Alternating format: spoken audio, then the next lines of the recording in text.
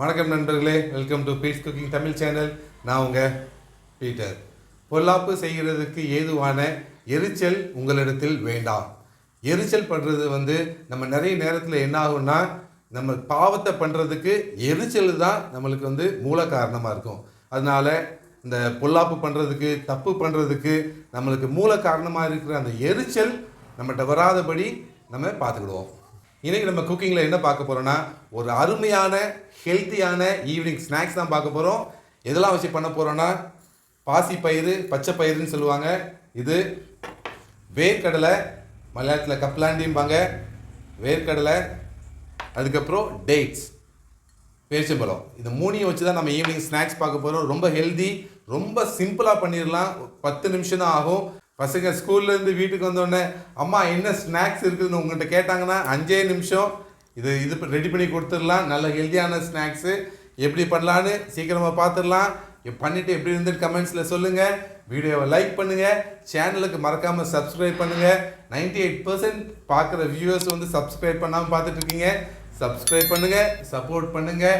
நம்ம வீடியோக்குள்ளே போகலாம். ஸ்நாக்ஸுக்கு ஃபஸ்ட்டு ப்ராசஸ் நான் ஒரு நான்ஸ்டிக்கில் இன்றைக்கி பண்ண போகிறோம். நீங்கள் அலுமினிய பாத்திரம் இல்லைனா ஒரு தாழ்ச்சி எதுனாலும் நீங்கள் எடுத்துக்கலாம். என்ன பண்ண போகிறோன்னா, பாசி பயிரை முதல்ல வறுக்க போகிறோம். அதை தனியாக எடுத்து வச்சு தனியாக அரைக்கணும். அதே மாதிரி வேர்க்கடலையும் நம்ம வறுத்துட்டு தனியாக அரைக்கணும். இப்போ நம்ம முதல்ல அடுப்பை பற்ற வச்சிடலாம். பற்ற வச்சுட்டு இருக்கிற பாசி பயிறு ஒரே குவான்டிட்டி தான் எடுக்கணும். எந்த கிளாஸ் பவுலில் நீங்கள் எடுக்கீங்களோ இல்லை எந்த கிளாஸ் டம்ளரில் எடுக்கீங்களோ ரெண்டுமே ஈக்குவல் குவான்டிட்டியாக எடுங்க.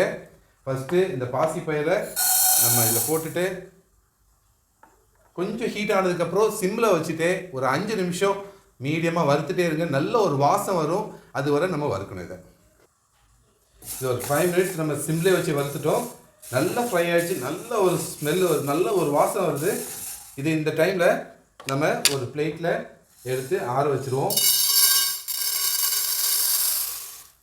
ஆற வச்சதுக்கப்புறம் இதிலே நம்ம எடுத்த பவுலில் வேர்க்கடலை இதையும் வச்சுட்டு நம்ம ஒரு 5 மினிட்ஸ், இதுவும் ஒரு 5 மினிட்ஸ் ஆகும், நல்லா ஃப்ரை பண்ணுவோம்.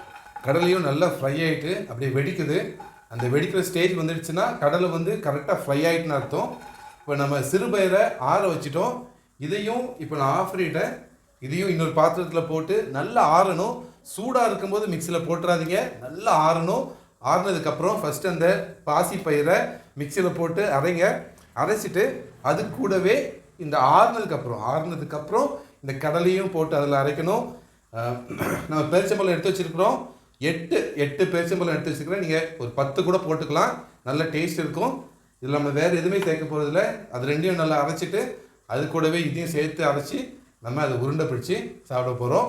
ஒரு நல்ல வாசனைக்காக கொஞ்சம் ஏலக்காய் மட்டும் நம்ம சேர்ப்போம். இப்போ இது ரெண்டும் நல்லா ஆறட்டும். ஆறுனதுக்கப்புறம் மிக்சியில் போட்டு அரைச்சிட்டு வந்துடலாம். பாருங்கள், இந்த அளவுக்கு நம்ம மிக்சியில் கரெக்டாக அரைக்கணும். நல்லா க்ளோஸ்அப்பில் காட்டுறேன். இது கூட நம்ம நெய் ஒரு 2 ஸ்பூன் நெய் சேர்க்க போகிறோம். ஒரு பிஞ்சு சால்ட்டு சேர்த்துட்டு இதை அப்படியே உருண்டையாக பிடிக்க போகிறோம். நெய் சேர்த்துட்டு கையை வச்சு நல்லா பிசைங்க. நல்லா பிசைஞ்சு ஒரு உருண்டை பிடிச்சிக்கிடுவோம். நல்லா அமுக்குனிங்கன்னா, கையை வச்சு அமுக்கும்போது நல்ல ஒரு உருண்டை வந்துடும். உங்களுக்கு அது அந்த கன்சிஸ்டன்சி வரலன்னா கூட கொஞ்சம் நெய் சேர்த்துக்கோங்க. இதை எடுத்து நம்ம தனியாக வச்சுருவோம். இதே மாதிரி இது எல்லாத்தையுமே நம்ம உருண்டை பிடிச்சி தனியாக வச்சுருவோம். நல்லா டைட்டாக வைங்க. அப்போ தான் இந்த உருண்டை சீக்கிரத்தில் உடையாது. இதே மாதிரி எல்லாத்தையும் பண்ணிடலாம். நம்ம எல்லாத்தையுமே உருண்டை பிடிச்சி வச்சுட்டோம். பாருங்கள். ஸோ இதை நம்ம இப்போ டேஸ்ட் பார்க்கலாம். ரொம்ப ஹெல்த்தியான ஸ்நாக்ஸு. நம்ம இதில் சுகர் கூட ஆட் பண்ணலை. இனிப்புக்கு நம்ம என்ன ஆட் பண்ணியிருக்கோம்னா பேரிச்சம்பழம் தான். எல்லாமே நல்ல ஹெல்த்தி. டேஸ்ட் பண்ணி பார்க்கலாம். நல்லா முறுமுறுன்னு இருக்குது. நம்ம ரொம்ப மையாக அரைக்கல, அதனால் கடிச்சு சாப்பிட்ற மாதிரி நல்லா இருக்குது. இந்த கடலை, சிறுபயிறு இனிப்பு கரெக்டாக இருக்குது. ரொம்ப இனிப்பில் நம்ம சுகர் சேர்த்தோம்னா இனிப்பு ஓவராக தெரியும்.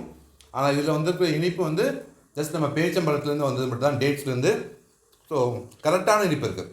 ரொம்ப இனிப்பு இல்லாமல் கரெக்டாக இருக்குது. சிம்பிளாக நம்ம ஸ்நாக்ஸ் பண்ணிட்டோம்.